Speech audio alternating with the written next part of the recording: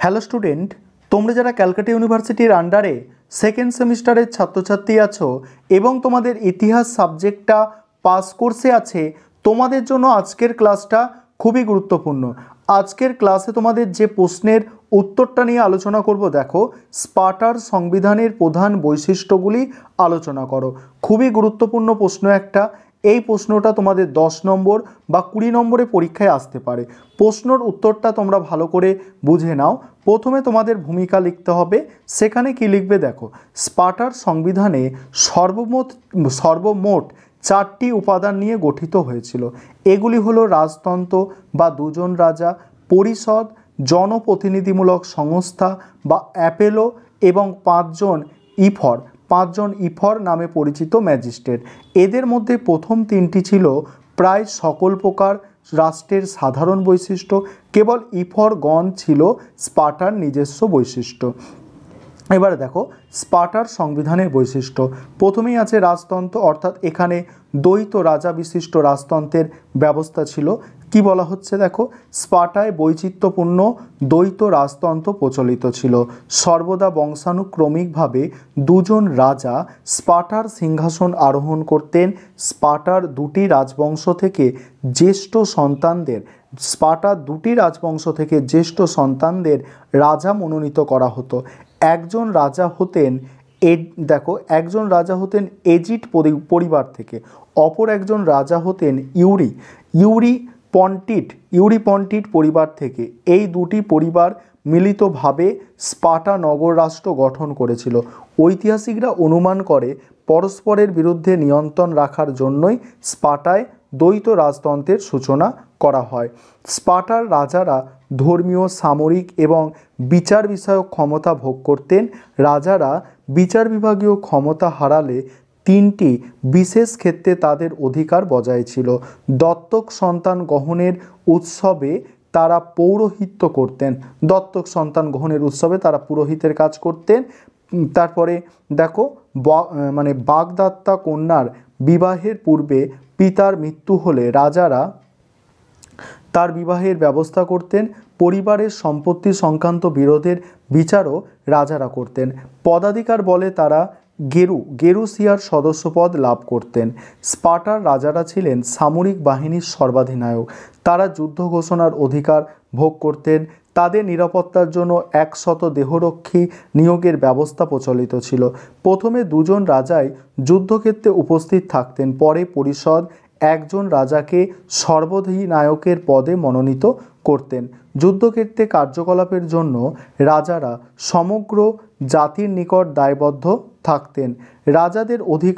রাজাদের অধিকার ক্রমশ হ্রাস পেলেও মহত্ত্ব ও মহিমার এক অলৌকিক বিশ্বাস রাজপথকে কেন্দ্র করে গড়ে উঠেছিল। এই জন্য প্রত্যেক রাজাই স্পার্টানদের কাছে শ্রদ্ধার পাত্ররূপে পরিগণিত হতেন। মৃত্যুর পরে তাদের প্রতি গভীর শ্রদ্ধা নিবেদন করা হতো। পরের পয়েন্ট আছে দেখো, পরের পয়েন্ট হচ্ছে গেরুসিয়া বা পরিষদ। স্পার্টার সেনেট গেরুসিয়া নামে পরিচিত ছিল। মোট 30 জন সদস্য নিয়ে এই পরিষদ গঠিত ছিল। 2জন রাজা পদাধিকার বলে এই পরিষদের সদস্য পদ লাভ করতেন। বাকি 8 জন সদস্য ছিল বয়োজ্যেষ্ঠ নাগরিক। এরা 60 বা ততোধিক বয়সের হতেন। অ্যাপেলা বা নাগরিকদের সাধারণ সভা অভিজাত সম্প্রদায়ের মধ্যে থেকে 8 জন সদস্যদের নির্বাচিত করত। নির্বাচিত সদস্যগণ আজীবন সদস্য পদে অধিষ্ঠ থাকার সুযোগ লাভ করত। গেরুসিয়ার সদস্যদের নির্বাচন পদ্ধতি ছিল আদিম প্রকৃতির। গণপরিষদে একের পর এক প্রার্থীরা এসে উপস্থিত হতেন এবং এদের সমর্থকরা চিৎকার করে তাদের পছন্দ জ্ঞাপন করতেন। একাধিক বিচারপতি নির্ধারণ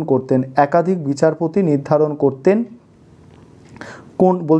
কোনো প্রার্থীর পক্ষে এই চিৎকার সর্বাপেক্ষা হয়েছে এবং তার ভিত্তিতেই সেই প্রার্থীকে বিজয়ী বলে ঘোষণা করতেন।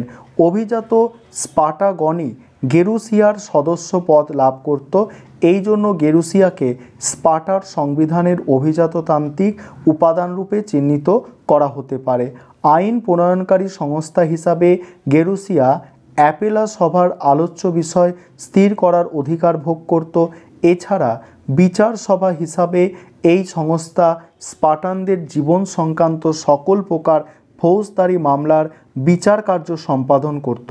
গেরুসিয়া ছিলেন স্পার্টার সর্বাপেক্ষা গুরুত্বপূর্ণ বিচারালয়। যে সকল মোকদ্দমার চূড়ান্ত শাস্তি যেমন মৃত্যুদণ্ড, নির্বাসন অথবা নাগরিক অধিকারের প্রশ্ন জড়িত ছিল তাহা সমস্তটাই গেরুসিয়ার জন্য সংরক্ষিত থাকত। প্রকৃতপক্ষে বিচার বিভাগীয় কার্যাবলীর জন্যই গেরুসিয়া সম্মানিত সংস্থা হিসাবে পরিচিত ছিল। এবার পরের পয়েন্ট আলোচনা করব, তার আগে যে বিষয়টা বলার আছে, তোমাদের জন্য অনলাইন কোচিং ক্লাস চলছে। তোমরা যদি কেউ অ্যাডমিশন নিতে ইচ্ছুক থাকো এই নম্বরে যোগাযোগ করতে পারো 9123005218। এই নম্বরে তোমরা যোগাযোগ করে অ্যাডমিশান নিতে পারো। আমাদের সপ্তাহে 2 দিন করে ক্লাস হয়। ক্লাস হচ্ছে রেকর্ডেড ক্লাস এবং সেক্ষেত্রে পার মান্থ 200 টাকা করে ফিস নেওয়া হয়। আর সমস্ত স্টাডি মেটেরিয়াল অর্থাৎ PDF নোটস দেওয়া হয়। যারা অ্যাডমিশান নিতে ইচ্ছুক অ্যাডমিশান নিতে পারো। পরের পয়েন্ট দেখো, অ্যাপেলা বা জনপ্রতিনিধিমূলক সংস্থা। স্পার্টার জনপ্রতিনিধিমূলক রাজনৈতিক সংস্থা অ্যাপেলা নামে পরিচিত। কমপক্ষে 30 বছর বয়স্ক প্রত্যেক স্পার্টান নাগরিক এই সংস্থার সদস্যপদ লাভ করত। তবে নির্দিষ্ট পরিমাণ ভূসম্পত্তির মালিক ছাড়া অথবা সাধারণ ভোজনালয়ের চাঁদা দিতে অক্ষম ব্যক্তিরা এই সুযোগ থেকে বঞ্চিত হতো। আবার সামরিক শিক্ষা গ্রহণ না করলে কেউ স্পার্টান নাগরিকত্ব লাভ করতে পারত না। তারপরে বলা হচ্ছে দেখো, গেরুসিয়ার সদস্য ইফর ও অন্যান্য ম্যাজিস্ট্রেটগণ অ্যাপেলার সদস্য দ্বারা নির্বাচিত হতেন। আইন প্রণয়ন ছাড়াও যুদ্ধ ও শান্তির ব্যাপারেও তারা চূড়ান্ত সিদ্ধান্ত গ্রহণ করত। রাজা গেরুসিয়া বা ইফরগণের প্রস্তাবের ওপর অ্যাপেলা ঘোষণার মাধ্যমে ইচ্ছা প্রকাশ করতে পারত। বৈদেশিক নীতি নির্ধারণের দায়িত্ব তারা বহন করত। দুজন রাজার মধ্যে কোন জন যুদ্ধে নেতৃত্ব দেবেন তা স্থির করত অ্যাপেলাই। রাজার সদস্য বলছে দেখো, রাজপদের সমস্যার সমাধান অ্যাপেলাই করত। তারপর হচ্ছে ইফরগণ। স্পার্টার সংবিধানের সর্বাপেক্ষা উল্লেখযোগ্য বৈশিষ্ট্য হলো 5 জন ইফর বা পরিদর্শক। 5টি ডেমি বা গাম নিয়ে স্পার্টা গঠিত হওয়ায় 5টি গাম থেকে একজন করে মোট 5 জন ইফর নিযুক্ত হতো। স্পার্টান নাগরিকদের দ্বারা লটারির মাধ্যমে 1 বছরের জন্য ইফারগণ নির্বাচিত হতেন। রাজারা তাদের নির্ধারিত কর্তব্য পালন করেন কিনা এবং নাগরিকদের অধিকার রক্ষায় যথাযথ হয় কিনা তা লক্ষ্য রাখাই ছিল ইফারদের কাজ। 2 জন ইফার সবসময় যুদ্ধক্ষেত্রে রাজার সাথে উপস্থিত থাকতেন। ইফারগণ তাদের সামনে রাজাকে উপস্থিত হওয়ার নির্দেশ দিতে পারত। যে কোনো নাগরিক এমনকি রাজাদের বিচার করার ক্ষমতাও তারা ভোগ করতেন। দেওয়ানি মামলায় ইফারগণ ছিল সর্বোচ্চ আদালত। তারপরে দেখো, ইফারদের ব্যাপক পুলিশি ক্ষমতা ছিল। জরুরি অবস্থার প্রয়োজনে তারা রাজাদের বন্দি করতে পারত। তারা অ্যাপেলার সভায় সভাপতিত্ব করত এবং তার কার্যাবলী পরিচালনা করত। মূল্যায়নে কি বলা হচ্ছে দেখো, উপরিক্ত বৈশিষ্ট্যসমূহ লক্ষ্য করে ঐতিহাসিকগণ স্পার্টার সংবিধানের রাজতান্ত্রিক প্রকৃতির আবরণে সংকীর্ণ অভিজাততান্ত্রিক শাসন ব্যবস্থা বলে অভিহিত করেছেন।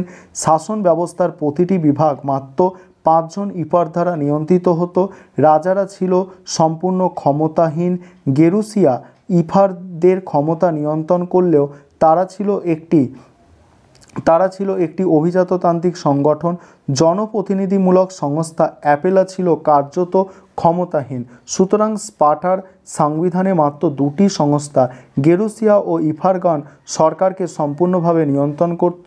এর মধ্যে ইফারগণ অধিক ক্ষমতা সম্পন্ন। এই ছিল তোমাদের আজকের ক্লাস।